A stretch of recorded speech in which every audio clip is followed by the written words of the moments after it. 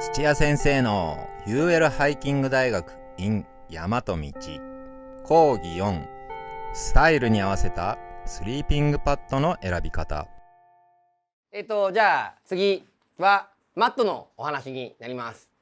正直今店でもそうなんですけど、マットを勧めるのが一番難しい。他の装備以上にバリエーションが今広すぎる。あと価格の差も10倍ぐらい開きがあるので、今4000円ぐらいのクローズドセルマットから4万超えるようなエアマットまで幅広くあるので、実はそのマットを選ぶのっていうのも初心者の人っていうか入門の人とか含めて難しいんじゃないのかなっていうのがあります。で、よく言われるのがマットって大きく今だと3つって言っていいのかな。1つはクローズドセルマット。大和道さんでも UL パッドとかミニマリストパッドみたいなクローズドセルマット、大和道の商品の中でも本当に創業当時から続く1個、スタンダードなマットだと思います。クローズドセルマットの大きな特徴っていうと、基本的には軽い。昔言われてたのはクローズドセルマットは軽いですよ、でもかさばります。で、あとは気泡が中でクローズ、中に入れてる気泡自体が外部と接してない、オープンではないクローズな状態だからスポンジみたいにはならないし、それ自体が温まった時なんかにあったかいですよっていうのがある。それ結果として水濡れに強い、濡れてもピャッと拭くだけで大丈夫みたいなのが大きな特徴にはなってます。昔はその時に他に出てたのっていうのが、いわゆるこういう中にオープンセル、要はスポンジですよね。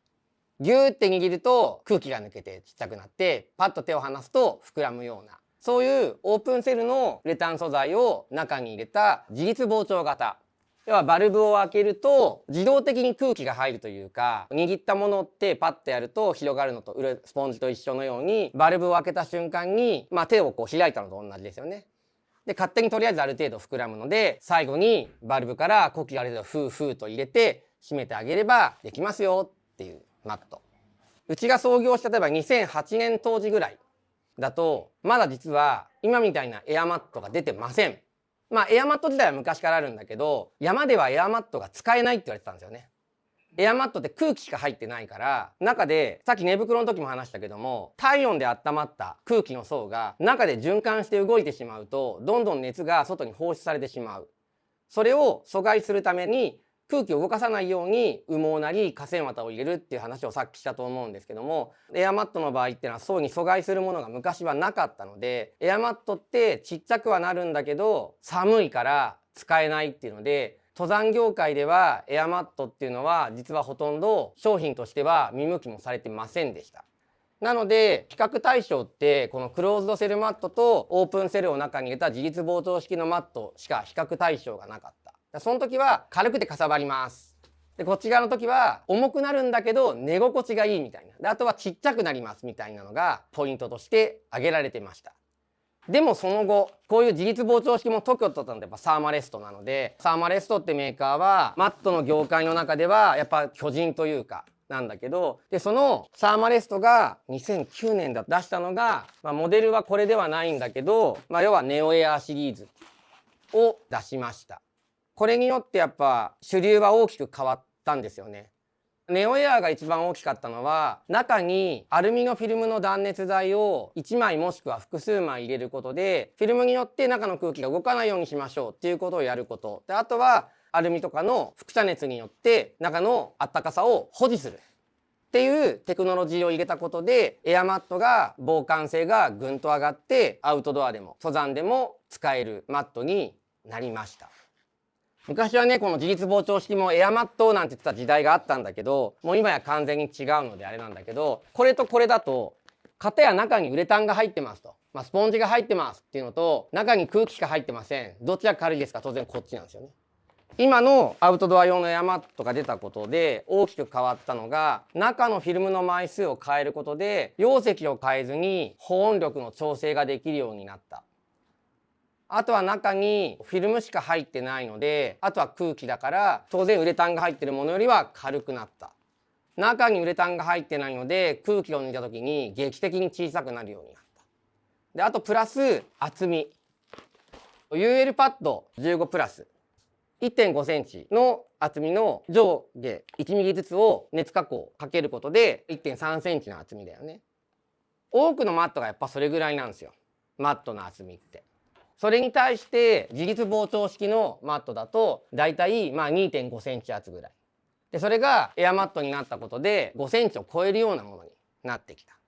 で当然こういうエアマットになってくるとどこのメーカーさんのものも強度がちゃんとそこそこやっぱりあるので、石の上とかボコッとしてるところに置いて寝ても石置いてるところだけがへこんであとはへこまないので、地面の凹凸を吸収できるようになった。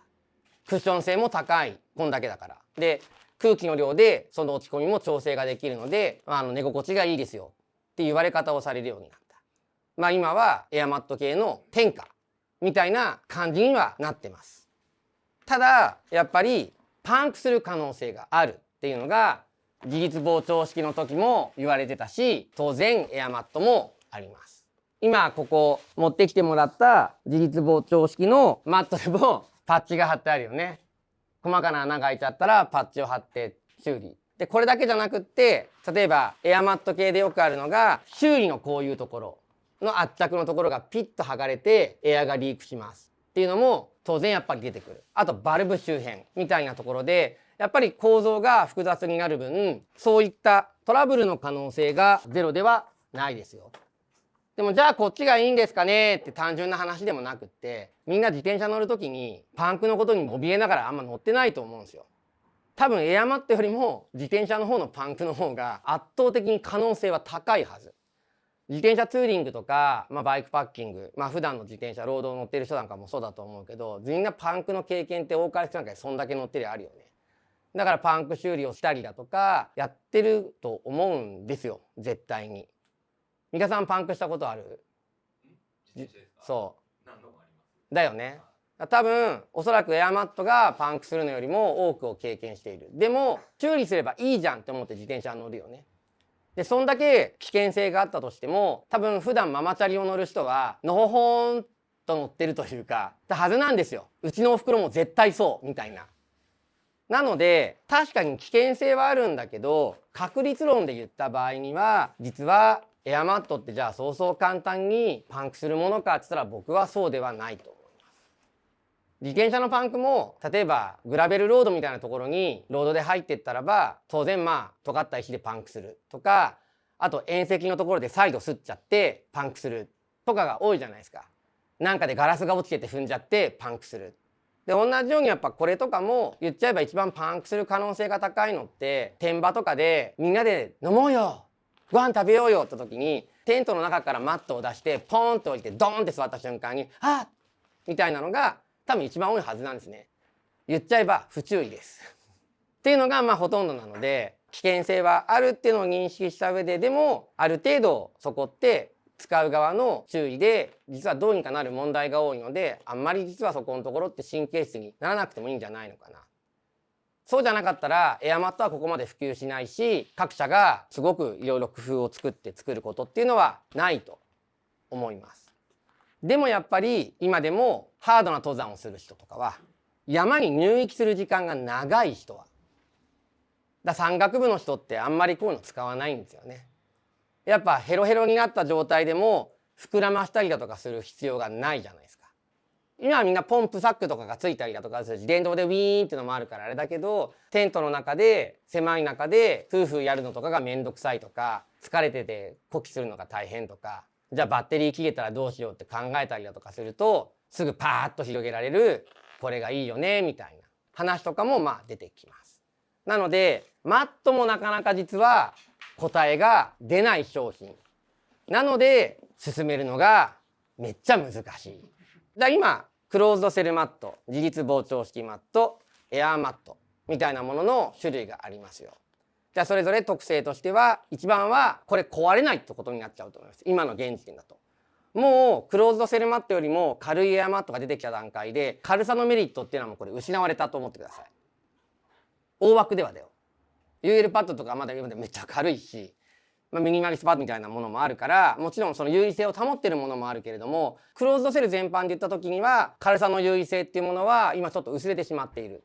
むしろ一番大事なのっていうのは壊れないですよ絶対にっていうのが一番の優位性だと思ってもらうといいと思います。エアーマットの優位性っていうのは、商品っていうかその開発段階で温度調整の幅を広く持てるっていうことと、中にウレタンマットが入ってないのでとにかく軽く小さくできますよ、地面の凹凸を殺せますっていうところにやっぱりストロングポイントがやっぱりある。これが宙に浮いちゃってるっていうのは今のマーケットの現実だと思います。これを今でも選ぶ人っていうのが多いのは、これ仮にパンクしたとしてももちろんオープンセルだから潰れてしまうんだけど、中に最低限ウレタンが入ってるっていうことにメリットを見出してるっていう人はやっぱりいると思います。あと実はもう一個自立膨張式で強みがあるとすると、エアーマットに比べると厚みが薄いじゃないですか。で今ツエルトだとかタープなんかをタープ低く貼るとか、あと実際今ストック使ってシェルターを立てた場合って前回の時話したけど壁が落ちますよね。だから頭上のクリアランスが狭い中でこの手のマットを使って座ったりとかすると頭がつっかえるんですよね。これはドームテントを使ってればそこそこ回避できる問題ではあるんだけど、このチャンネルを見ることが多い UL に興味がある人、 UL ハイカーが今好んで使うようなシェルター類っていうので考えた時には、マットの厚みが薄いっていうことっていうのがテント内での居住スペースを確保する上でメリットがあるっていう部分も言う人っていうのは最近また出てきてるので、ここのところって多少一部だけど見直されたりだとかしている部分はあるっていうのが今現状だと思います。今クローズドセルマットでこういうロール式のマットと、今日ここにはないんだけどアメリカの長距離トレイルで多分使用率ナンバーワンだと思うけど Z ライト蛇腹式の折りたたみのマットだったり、あとはこういう折りたたみ式のマット、こういうのもクローズドセルだといろいろあるんですけど、マット今それぞれの種類の話とかっていうのをした後で、さっきの寝袋だったらば外説話した上でキルトっていうところにあったみたく、今回その UL の目線で見た時に、じゃあ UL ハイカーってどういうマットを使ってきたんだろうねっていうのをおさらいしていくといいのかなと思います。で実はこの話ってどういうバックパックを選んできたかっていうのとも実は密接にリンクしている話になります。一番有名なのが最初の初期ってやっぱりロールマットだと思います。クローズドセルのロールマットっていうのを、ウルトラライトのハイカーは使ってきた。実際1990年代ぐらいを考えた時っていうのはこれとこれしかなかったわけだから、自立膨張式とクローズドセルってなってくると軽さって段階でこっちを選ぶのが当たり前なんですよね。今大和道のこれが 113g、 リッジエースは大体 250g、 これ出た時っていうのは半分じゃんみたいな感じだったんですよ。その前に出したのが15の時が 75g で3分の1じゃんみたいなのになったのを覚えてます。その当時はこの 200g 台のものでも十分軽かったので、軽さの点でクローズドセルをセレクトする。でもかさばるのをどうしましょうねってなった時に UL ハイカーがやってたのっていうのは、第1回目の時に話していたパッドもない、フレームもない、何もないただの袋ってなった時に、中にマットを入れて筒状に入れて膨らませてシリンダー状に枠組みを作って、それをパッドプラスフレームとして使うことで中に物をパッキングするっていうことをしましたっていうのがウルトラライトの Tips でもあり、バックパックとマットの相性の問題。その当時のいわゆる典型的なパッドもなし、フレームもなし、ウエストのサポートもなしっていうような狭い意味でいう典型的な UL バックパックを使うってなった時には、やっぱりロールマットっていうのは非常に相性がいい UL ハイカーにとってもいいマットでしたっていうのが1個言えます。ただ実際にそういう典型的に軽いマット、軽いバックパックって使いこなすのにどうしてもやっぱり知識だったり工夫が必要っていうこともあります。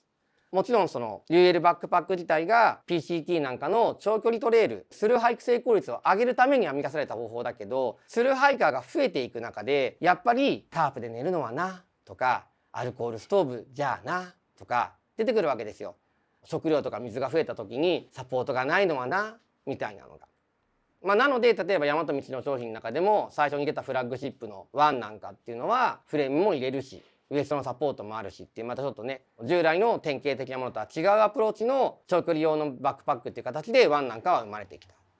じゃあ同じように例えばそういう時代とかにオスプレイなんかでもフレームの入りのザックで軽いのも出てきたりだとか、そういうザックなんかを使う長距離ハイカーたちっていうのはどういうようなマットを使ってたのかって言ったらば、もうその時って結局エアマットが出てるんですよ。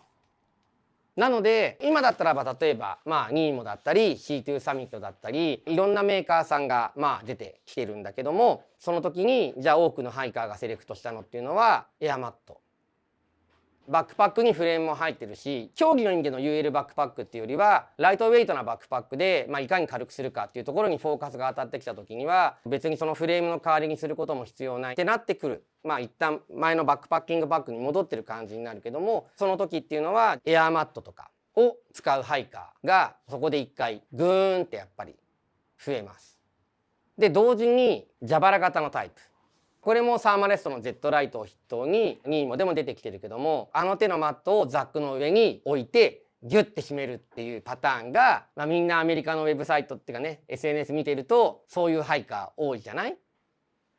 芯材にする必要がなくなった。アメリカの UL バックパックの流れの中でも長距離ハイキングを意識してフレーム入りのモデル、サポート入りのモデルっていうのが増えた段階で、これをフレームやパッドにする必要がなくなったことで折りたたみのマットを上に乗せるエアマットを中に入れるっていうのが一個太い大きな流れになっていった。その時のバックパックっていうのはハイパーライトもそうだしゴッサマーもそうだけど、そういうフレーム入りのメインのバックパックってなった時にはマットも変わっていきましたよ。じゃあその後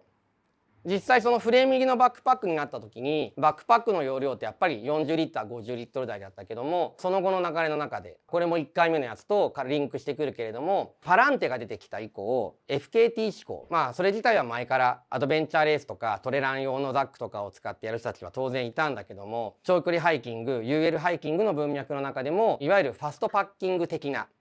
ひたすらダーッと歩くとか走れるところは走るみたいなよりアクティブな方向が出てきた時に起こったことってバックパックの容量をちっちゃくしちゃえなんですよね。最初の初期の頃の UL バックパックってそこそこ容量があるわけですよ。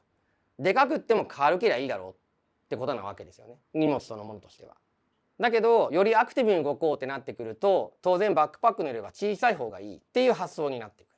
やっぱ大きければ体を振った時に当然振られる部分も出てくるから、より背中に密着するちっちゃいものがいいってなったりだとか、ちっちゃければ重心位置も上げやすいっていうのもあるし、狭いところ通るにしても何するにしてもやっぱり楽だっていうのがあるのでバックパック容量がちっちゃくなる。でそうなってくるとクローズドセルマットを選ぶにしてもこれをシリンダー状に入れるスペースがもうない。だいたい従来バックパックの背面長の M サイズの基準って48から50センチぐらいっていうのがだいたいどのメーカーも M サイズの基準になってきてると思います。でだいたいどのマットも50センチ幅っていうのが基本的にはマットの幅ってだいたいマックスレンジが50っていうのが3シーズンマットの基本です。背面長と一致するからこれを入れても成立してたんだよね。でもバックパックが30リッター台、今だったら20リッター台までちっちゃくなってくると当然背面の長さも変わってくる。そのバックパックの容量がちっちゃくなればってなるとこれをやすとはみ出る。そういう風になってきた時にそこら辺のバックパック使う人たちが選んでたのっていうのがロールマットでマットの厚みが邪魔するぐらいだったらば薄いマット使おうよって感じになるんですよね。これはだからどっちかっていうと山岳レーサーとかの発想にも近いと思います。そういう実際に歩き方する人ってもちろん長い期間数ヶ月ずっとこれでやるっていうよりはやっても 1,2 ヶ月ではアメリカで言った時にはコロラドトレイルとかアリゾナトレイルとかバーモントのロングトレイルだったりだとか、いわゆるスルーハイクをするにあたってもだいたい1ヶ月から1ヶ月半ぐらいっていうところで通常でやったらね、そこのところを本当にダーッと一気に歩き切るみたいな1000キロ前後のトレイルなんかでは歩く日数が3,4 ヶ月5ヶ月6ヶ月ではなくてあくまで1ヶ月前後ってなってきた時にはもうこのマットでいいじゃん、なんとかなるじゃん、なんとかしようみたいな方向性になってきます。なのでその FKT スタイルの場合とかだとこういう折りたたみマットとか、あとはエアマットでもフルレングスのものではなくってこういうものだったりだとかに軽量系のエアマットに変わってきた。UL ハイカーのマットっていうとクローズドセルっていうような印象って昔はあったんだけど、実際には本当に2000年代後半から今の2020年代の中、この十数年の中でも UL ハイカーとか長距離ハイカーが好むマットっていうのも実は今みたいな感じで変遷をしています。でそれを左右していくのは実はバックパックとの相性も関わってきているって考えると、マットどれがいいんですかって聞かれた時にってなるのがやっぱ出てくるんですよね。だから今のマットって実はスリーピングシステムとしての単品で考えるんじゃなくってこれをバックパックにどう収納するのかっていうのも実は選ぶ上で大きなポイントになってきてるっていうのがあります。だから余計選ぶのが難しい。まあ迷ったらとりあえずロールマット買っとけって俺は言ってるんですけどね。もしくはデッドライトとか、ニーモもスイッチバックもそうだけど蛇腹のパタパタってやつにしときなさいと。なぜなら安くて潰しが効くから。さすがにいきなりマットで数万円っていうのは物最初に選ぶ時には進めにくいのでここら辺のマットがっていうね、そこら辺は多分昔からある意味変わんないのかなっていう気がします。自分も最初に買う時とかっていわゆる片側がこう銀がついてる銀マットで最初スタートみたいなのがあるので、とりあえずそれ買っとけば寝れっからみたいなところからで、実はマットってどういうバックパックを使うのか、どういう寝心地を求めるのか、何を重視していくのかで大きく変わってきます。でこの後話すけど、さらに寝袋と同じで温度帯のところでもさらに問題が出てくるので、実は構成するマトリックスが非常に複雑というか多岐にわたってきてるっていうのが実情になります。一個ちょっと今のところで質問したいんですけど、そのジャパラ式のものと、そのロール式のもので、R 値が近くても個人的なその体験の中で、ジャパラだと折りたたんでるところが薄くて寒く感じてたんですよね。でもロールは同じ R 値のものを使っても同じような散域で同じような使い方しててもあんまり寒く感じなかったんですけど、やっぱりそこはなんかそういったところの違いがあるんですかね。やっぱ今その R 値が出たことでいわゆるマットの保温力を調べて測れる、さっき寝袋のところだったらばだいたいこう EN って書いてヨーロピアンノームっていう基準とかが大きく世界的には出てきていることで、寝袋のその質をメーカーが違っても比較できるような枠組みができてるけども、それ以上にR 値で皆さんマットとかを見たりだとか解説読んだりだとか調べるとき出てくると思うんで、その R 値が基準なんかも統一されたことでメーカー間が変わってもそこそこ比較ができるっていうのはなってる。でも実際にはクローズドセルのマットとエアマットを検査した時にこの検査系の話って大和道さんの方が多分詳しいと思うんだけど、どういう検査をするかによって全然変わってくるじゃないですか。例えばクローズドセルとエアマットを比べた時に検査方法がクローズドセルの方がいい結果が出やすいとかエアマットの方が出やすいとか、そういうようなことがやっぱ出てきちゃうんですよね。確か R 値の測定の場合ってどっちかなんかあったはずなんですよ。こっちの方が数値出やすいみたいな。検査が万能じゃないのと一緒だと思うんですよね。ちゃんと測定してやるときって特にその屋外の条件とまた違ったりだとかもあるし、検査の方法によって全てを統一の基準では測れるんだけどどっちの方がいい数値が出やすいですよみたいなのがやっぱあったりとかするので違いはある。でさっき言った蛇腹のマットってリッジレストと多分 Z ライトのことだと思うんですよね。R 値が 2.0 が 2.1 かな。なんだけど多分そういう体感的なのもあるし、蛇腹式のマットって折りたたみのところから切れやすかったりもするんで、結局こう三角体系の人ってやっぱ結局こっちだよね。ロールになってるっていうのはあると思う。でもスルーハイカーとかだとロールマットの弱点がもしあるとすると、丸めるのがめんどくさいとか、地面にダイレクトに引いてここが汚れたとするじゃないですか。これ丸めると汚れてない方も汚れちゃうんだよね。実際だから地面にダイレクトに引かないのだったら問題ないし、テントのが使うなら問題ないんだけど、実はそういうことが起こる。例えばちょっと休憩みたいな時とかに昼寝しようってなったらテント立てないで寝るってな時、これバーッと広げて寝たやったらば、うわーなんか泥ついちったよ。でもう行くよってなったら丸めるじゃん。そしたらこっちにも汚れがつくよね。ってなるとパタパタはつかないんだよね。それが非力な女性とか、男性でもそうだけども、これでまとめる時にうまく丸めきないでこう膨らんじゃう。でもパタパタはそれがない。多分そういう利便性も含めてハイカーとかはパタパタをだから選んでるのが多いのかなって個人的には思ってます。それはすごいわかります。でもアルパインクライマーだとかそういう人たちとかっていうのが結局これを手放さないのっていうのは丈夫であること、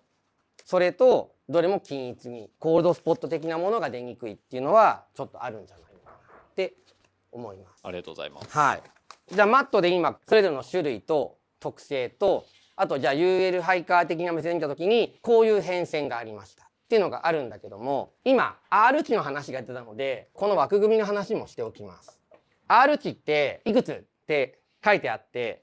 皆さんなんかマットとかなんか見てると寝袋よりマットの方が実はちゃんとあったかく寝るなら大事だよみたいな話って出てくるのあると思うんですよ。さっきの話とも関連するけど、寝袋の背中があって潰れちゃうじゃん、だからマットが大事なんだよっていうのは、みんな誰もがちょこっと聞いたことがあったりだとか、自分たちも話していることだと思うんですね。さらにそこのところで、だから僕はキルトを使うっていう人も当然いるので、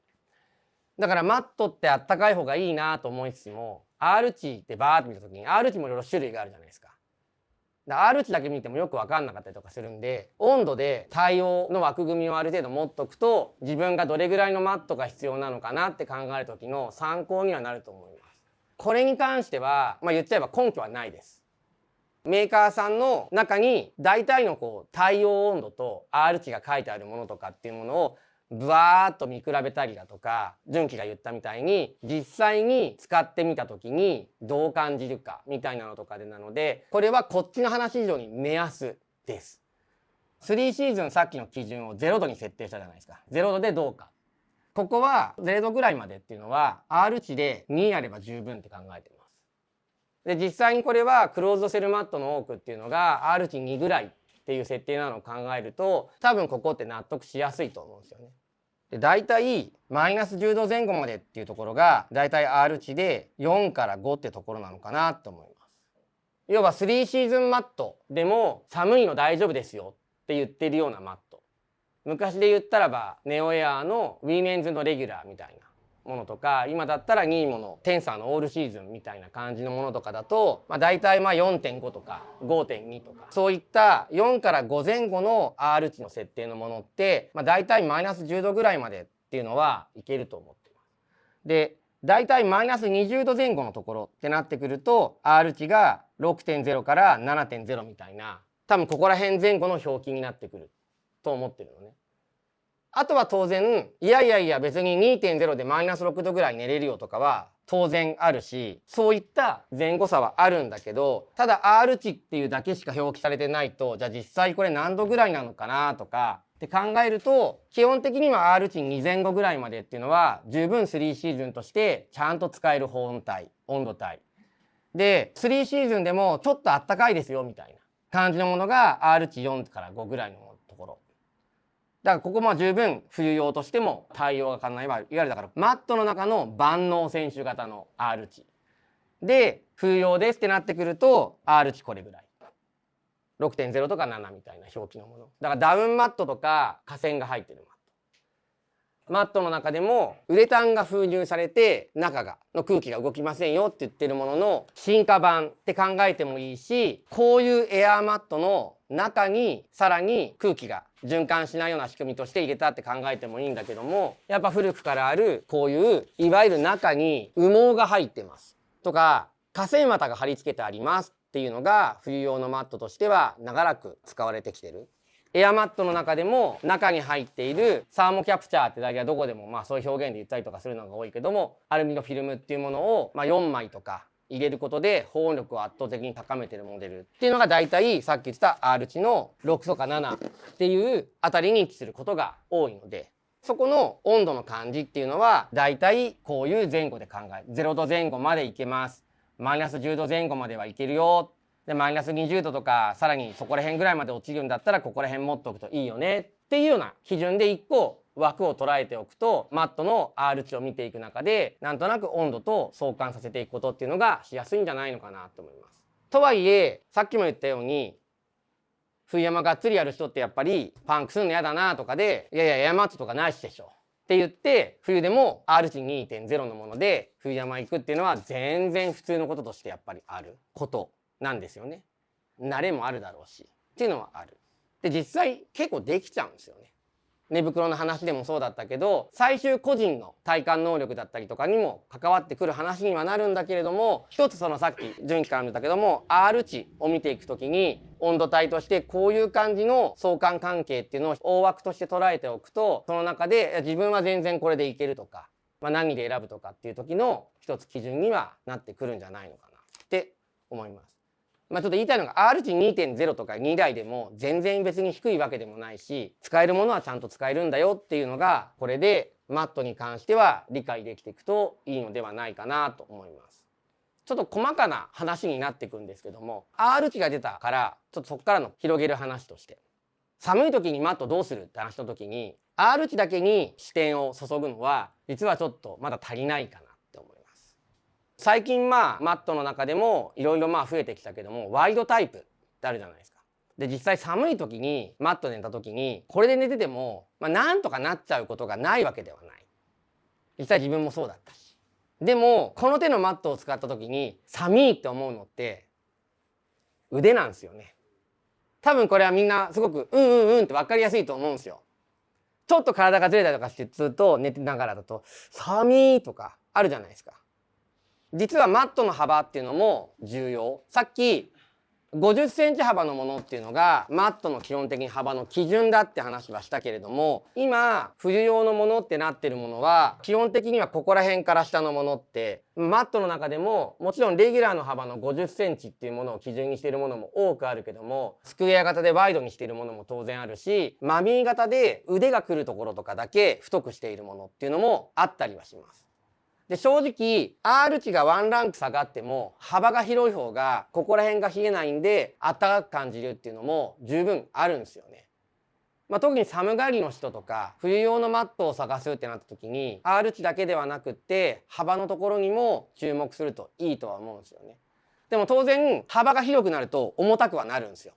さあそうするとどうするべなっていう話にはなります。ただ近年の傾向としては睡眠の質じゃないんだけどちゃんと寝たいっていうのが多くの人の要望としてはあるので、比較的どこのところもワイド幅のマットっていうものを出すし、そういうものをセレクトする人っていうのは増えているのかなっていう実感はやっぱりあります。マット絡みの話で最後に、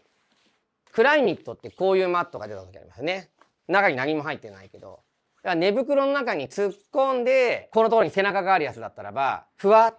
ってここのところで寝袋の下側が出るから寝袋の下潰れないじゃん。やったー、じゃあ寝袋のあったかさがそのまんま背中側のあったかさになるよねっていうかなりのアイデア商品というか、ウルトラライトのマットとしてもかなりこれはトピックスだったと思います。これが出てきた時にマット中に入れるんだっていうので誤解がある程度生じてる場合があります。人によってはどんなマットも中に入れちゃうとか、これいいんでしょ、あったかくなるんですよね。この穴がないとダメなんですよね。中に入れても意味がない。あとプラスこのマットって幅が狭いんです。50センチより全然狭いんですね。でこれ50センチ幅のマットを寝袋の中に仮に突っ込んで寝るとするじゃないですか。そうするとどうなるかっていうと、断面図で見た時クライミットの幅の狭いマットだと、これマット、人が寝るとします。ここちゃんと密着してくれるんですよね、寝袋が。ここが狭いから。でも幅が広くって厚手のマットを入れちゃうと密着しないんです。上の方は密着するんだけど腕周りのここら辺なんかにすごい隙間ができちゃうんですよね。でかつ寝袋の中にマットを入れる状況っていうのはほとんどだからメーカーも想定してないので、密着しないのプラス内側からロフトが潰されます、マットによって。だからもし自作で UL 頑張る人がこういうマットをなんかもっとできないかなって思ったらばクローズドスレで作ることもできるけど、くり抜く、絶対にプラス幅を切るっていうのをやったりする。でなるべくマットの厚みも出さない。15プラスよりは15の方で UL パッドの一番元祖の方で1センチ厚のものでやるとかってするといいと思います。メーカー名を出すのがいいのか悪いのかだけど、クライミットが出た時にこれじゃなくて枕付きのオゾンをぶち込む人が結構いたんだけど、オゾンをぶち込むと枕がついてるじゃない。枕がついてるってことは首元も締められないんですよ。だからオゾンってやっぱ中に入れたらいけない本当はマットなんですよね。なんだけどなんとなくあれってネットで見てるとみんな寝袋に入れてるっていう状況があった時に、実は寝袋でもそれにマッチさせられるものを選べてたらいいんだけどもっていうのがあるので、スリーピングシステムって話の時にマットを寝袋の中に入れる入れない、最近はあんまり話に出てこなくなったけども、ちょっとそういうのが頭の片隅にあったりだとかやってたな、なんであれダメだったんだろうなと思うと、首が締められないとかっていうのは一番やっぱりネックなんですよね。寝袋ってやっぱ首元締められて初めてやっぱあったかいものにはなってくるので、同様にちょっと多分使いづらいかもって感じてる人が多いもので、またこれも寝袋とマットとの組み合わせだけど、さっきのキルトの話、背中がないです。よくある tips でここのところにマットを固定するってありますよね。でもあれってテントとの相性を考えてないとめっちゃ入りづらいんですよ。ギミックとしてはめちゃくちゃ面白いんです。ここのところにこれうちの昔のオリジナルのものだけどやっぱつけてあるので、タブはなんでこういうのを使ってバンジーコードで固定することはうちのもできます。でもやんないでくれって言ってたんですね。でこれもやっぱり同様で、寝袋あってマットの幅が50センチなりあった時に、ここのところにダイレクトに結びつけちゃうと、人が寝た時にこれ頭ここにやっぱ隙間できやすいんですよ。だから密着しづらいっていうのが1個。あともう1個は接続の仕方によっては首元が締めにくくなるっていうのもあるし、一番の問題は狭いテントの中で入るのがすごく入りづらい。だうまくこうペロンってめくれて入った後に固定できるような仕組みにしてればいいんだけど、そうじゃないと、例えば上からこうに見た時に、寝袋だったらばよくあるのがマットの上に座って足よいしょって突っ込んで、こうやってクッククって上上げてボンって寝るじゃないですか。あったかいってやるじゃないですか。マットが寝袋に固定されてたらば、入ろうとすると足元からこうやって入っていかないといけないですよね。広ければそれ可能なんだけど、狭い空間の中でやるってなった時には結構それが面倒になることがある。多分これやったことがある人は分かるあるあるだとは思うんですけども。なので完全にそういうところとかを考えて作ってるものもやっぱりあるんだけれども、多くのものはやっぱりその固定してしまうと実は使いづらさが出てしまうことがある。で特に密着度の問題で言ったらば、それこそさっきマットと固定するよりは背中のタブ使って体になんかなるべく密着させて普通に入れてた方が、その後何かあったらば起きるにしても出るにしてもやっぱり使いやすかったりとかするので、ギミックとしてはマットを固定する合体ロボみたいでめっちゃ楽しいんですよ。ワクワクするんです。でも実はそれにもデメリットがありますよ。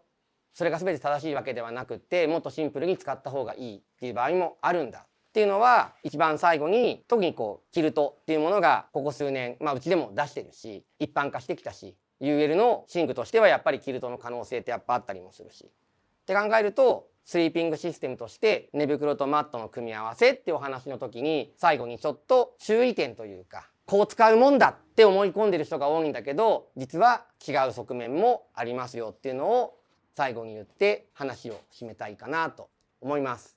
ありがとうございました。ちょっと寝袋の話に戻るんですけど、ここ数年 VBL を使って山に入ることが多いんですが、でまずなんでそれをしてるかっていうのは、初めにダウンと河川のお話をされたと思うんですけど、昔は河川は濡れに強いっていう話があったと思うんです。でダウンの方はもう最近はその撥水加工、ダウンの羽自体にも撥水があるっていうことで、ロフトが落ちにくいっていうふうにも近年はなってるっていうのもあるんですけど、僕はあんまりそんな高価なダウンを持ってないから、あんまりそこまでそれを恩恵を受けたことがなくて、最近はその着替えも山には持っていかないことが多くて、例えば北アルプスに行った時にずぶ濡れになることもあるので、河川を持って行って VBL をして温まるっていう行為をよくしたりするんですけど、最近のその土屋さんの VBL 考え方とかっていうのはいかがでしょうか。はい、VBL ってベイパーバリアライン、さっき言ったけども、もともとはこうアラスカとかシベリアとかの時に寝汗かくじゃないですか。その湿気が寝袋に移ると寝袋の湿気のロフトが低減するとか凍ってしまうとか、いろんな問題が起こる。であと靴なんかでも、靴ってやっぱり蒸れるじゃないですか。だから汗で湿った靴なんかを冬季放置しておくと中が凍るんですよね。でそれを防ぐために、要はもともとは自分の汗を寝袋に吸わせない、自分の足の汗をシューズに吸わせないために、非透湿の膜とかラップしてもいいんだけど、不透湿のものとかで足先を覆って靴を履いたりだとか、不透湿のインナーシーツみたいなものに入って汗かいてもそれが外に出ないようにする。であと、よく言われるのがね、肌面完全にこうラップとかで覆ってここで密封する状態作ると、ある一定を超えると発汗が止まるっていうなんか生理的な現象もあるので、それによって寝具を濡らさない、寝具を凍らせないための手法として長旅の中で編み出された方法なんですよね。中でムレムレを作るっていう状態なので、当然それによる保温効果もあるっていうのがあって、日本だとどっちかっていうと本来の VBL の目的だった寝具とか靴に湿気を吸わせないっていう目的よりは、ムレムレであったかくするっていうところにフォーカスがすごく当たっちゃってたっていう、ちょっとズレが起きてるのかなっていう気はします。VBL に関して言うと、仮に群れのところにフォーカスを当てて群れの状態であったかくするっていうのは実は僕洞窟をやってた時に、洞窟の時って自分らはビニールみたいなつなぎを着てて、中にフリースとかのつなぎを着た状態でやってることが多かったんですね。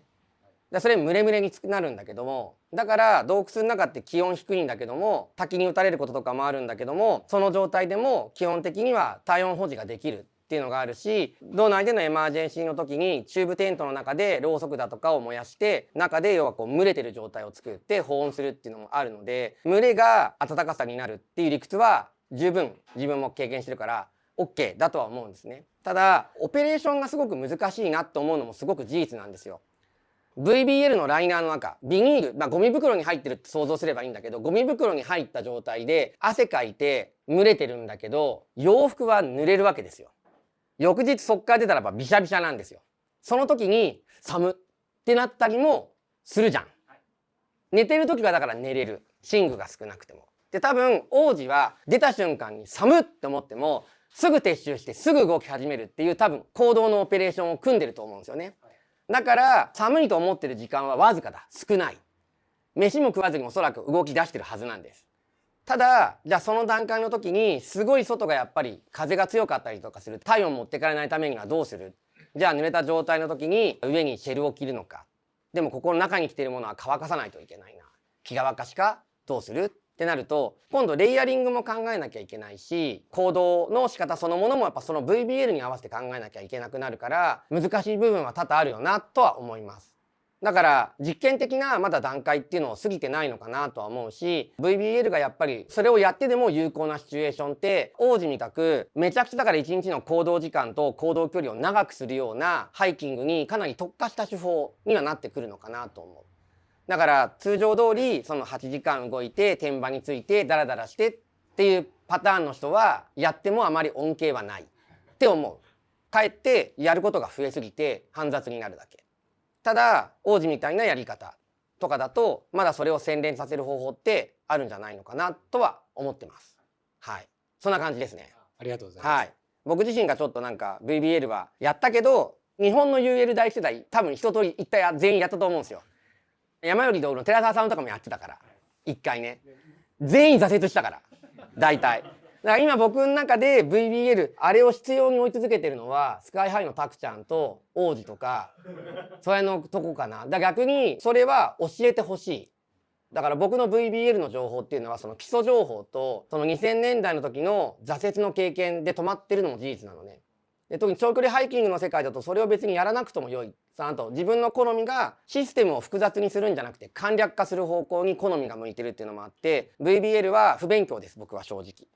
だから逆に王子に今頑張ってもらって、それもモダンでジャパニーズスタイルの VBL っていうのを逆にこういうことができる、やれるシチュエーションは狭いかもしれないけどこうにすれば従来の問題点が解決できましたよっていうのとかを教えてください。わかりました。またはい、何かで伝えれたらと思います。いや耳打ちしてくれるだけでいいです。お願いします。はい、はい、貴重なお話ありがとうございました。ちょっと全然趣向が変わる話なんですけど、寝る姿勢となんかマットの関係性とかあると思ってて、そういうなんか tips とかあれば教えてほしいなと思ってて、で僕が知ってるのは特にマミー型のシュラフで寝るときにやっぱり仰向けで寝るとやっぱり設置面積が増えるから潰れるロフトも大きいじゃないですか。だからサイドスリーパーの方が面積が減るからより暖かく感じるっていうのを聞いたことあるんですけど、それ以外何かこう寒くなった時にこういうことするとなんか耐えれるよとかあれば教えていただきたいです。なんだろう、自分寒い時は寝袋の中とかで寝袋を体に密着させるようにこう手繰り寄せちゃったりだとかっていうのはありますね。いわゆるこう仰向けに寝るとかうつ伏せに寝るっていうのよりもサイドスリーパーの方がっていうのは、あとサイドスリープだと体を丸めることもできるので、胎児みたいに丸まると手広げてるよりは握ってる方があったかいのと一緒で体縮めてた方があったかいっていうのがあるから、それはもう本当に今おっしゃる通りなんですよね。だから寒いんだったらばサイドスリープにして体丸めるっていうのは一番の tips だと思います。でそれ以外にって話になってくると、自分が寝る時によくやるのとかは、さっきダウンジャケット下に引くとかって言ったじゃない。なんか持ってる防寒着、自分は例えばタイツ履いた時にタイツ脱いじゃって首元に巻くとか、ここからの暖気の出を少なくするっていうのかな。さっき言ってたキルトとかの接続の問題でもそうなんだけど、首元をいかに締めるかっていうのをすごく意識してやっぱやるようにはしています。であと呼気でなるべくここら辺がべしゃっとならないように、例えば寒い時期とかだったらばバフみたいなのでもいいし、バラクラバでもいいし、ネックゲーターでも何でもいいけど、口元例えば呼気をなるべくそこで一回吸わせて覆うようにして、なるべくだから寝袋のフロント部分のところに呼気の影響がないようにするとかっていうのは細かな tips だけでやったりはします。一番すごいなと思ってるのは、ゴッサマーギガの創業者のグレン・バン・ペスキーはこんなお尻サイズのちっちゃなマットでこれで寝れるんだって言ってて、いやいやおっさんそれはねえだろうと思ってたんだけど、ちょっと今改めて王子に実験してもらおうと思ってます。はい、そんなところです。逆になんかそのみんなの tips ってなった時に、大和道さんなんかのジャーナルの中でも逆にそういうのこそその個別の事象としていろいろ拾っていくと多分面白いことになると思うんですよね。どれがいいとかっていうよりは、あ、こんなアイディアがあるんだっていう話って多分皆さんが持ってると思うので、ぜひなんかそういうのはこれだけやる方がいらっしゃるだとすると、山道のみんなの tips みたいなのは面白いと思いました。はい。はい、どうぞ。私が UL ハイキング研修で自分のスリーピングシステムの快適感を見つけようと歩いていて、悶々と考えてた時に、マットを例えば厚くしてシュラフを少し軽くしたりとかっていう組み合わせのっていうことをやったらどうなるのかなって思いながら歩いていたんですけど、土屋さんはその辺はどういうふうに選んでらっしゃいますか？僕はまずマットに関しては自分はエアマットは使わないっす。なぜならばふかふかの寝心地が嫌いだから。だからもうこれは完全に理屈じゃなくて感情論だから、僕エアマットは売っ払いました。自分の持ってるやつはね。だから僕基本的に薄いのが好きなんです。でそれで大体今までもいけたなみたいなのがあるので、マットは薄くで、さっき言った寝袋はなるべくあったかく。だからセオリーで言ったらマットはあったかくした方がいいですよみたいなのってのはあるんだけど、自分にとってこのマットでいけるなっていうのに関して言うと FP マットとかエバニューさんのあとミニマリストパッドとかで0度ぐらいまではいけるなって体感で自分で分かってるのがあるので、5度から0度ぐらいまでだったらばこれでいっちゃうしいける。それを過ぎるようだったらば1センチぐらいまでの厚さに上げるっていうちょっと一個基準を自分の中で設けてたりだとかして使っています。だからそれで別に寒いとは感じないので、寝袋の方は最近はちょっとあったかめにしてる。それまでは比較的薄手の寝袋っていうかキルト形状のものとかっていうものを、特に背中を完全にくり抜いちゃった超軽量のキルトとかっていうものを結構使ってたんだけど、とダウンジャケットって組み合わせが多かったけど、最近はダウンジャケットを持たないでアクティブインサレーションとあったかい寝袋みたいな完全方向をちょっと今そっちにシフトというか、それを試すのが今楽しいって感じに今なってます。試行錯誤する実験だと思うんですよね結局。寝袋にしたところでさっき河川と羽毛の話した時にもメリット話したけども、例えば羽毛の場合って軽さだけじゃなくって入った瞬間のあったかさってあったかくなる速度って間違いなく羽毛の方が速かったりとか、あと汗かいた時のその湿気みたいなものとかも、その湿気が冷えて寒くなるのを考えた時にやっぱり羽毛って吸湿性が高いからやっぱ優れてはいる。でも夏場に羽毛の寝袋だと今度コールドスポットができやすい。体を覆う面積変わんないのに羽毛の量が少ないからコールドスポットがダウンの偏りでできやすいってなると、じゃあ夏場だったらば湿気とかもの冷えもそんなに気にしなくていったら河川ってあり得るよねみたいな考え方もあるし、それの実験でしかないと思うんですよ。王子の VBL の話もそうだけど、だからその実験は研修でやったことが多分それってみんなにも共有されるんだろうし、ジャーナルでも出てくるんだと思うんですよね。枠組みはこういうふうに与えてあげられるし、まずこれを基準に考えるっていうのはまず基本として大事なんだけど、そこから先に行くためにはやっぱり今言った最適解を求める自分にとってのって自分にしかできないことなので、総論っていうか枠組み知った上であとはやっていくしかないのかなとは思います。ただ自分はどうですかって言われると、今の僕のトレンドはマットは薄く寝袋はあったかくっていうセオリーとは逆のことをちょっと今自分の中では盛り上がってやってます。はい。土屋さん、藤川さん、みっちりありがとうございました。はい、こちらこそです。